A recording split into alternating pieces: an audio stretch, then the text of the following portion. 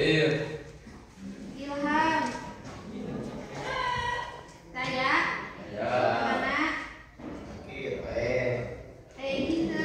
Saya. Nurjana. Hadir. Krismawati. Hadir. Gilang.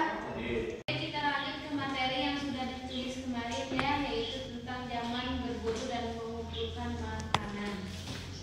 Pada masa berburu dan mengumpulkan makanan, manusia purba hidup sangat sulit karena keadaan alam masih belum stabil. Letusan gunung berapi masih sering terjadi, aliran sungai kadang-kadang berpindah sejauh dengan perubahan bentuk bumi.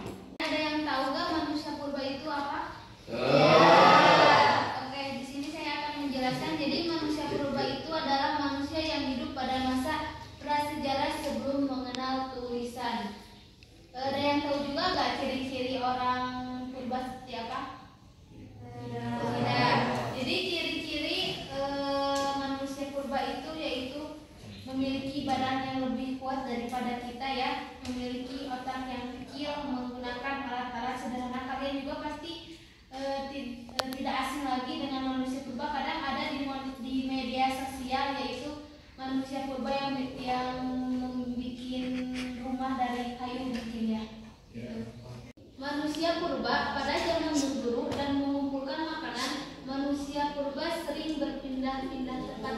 Kenapa sih manusia purba itu sering berpindah-pindah tempat?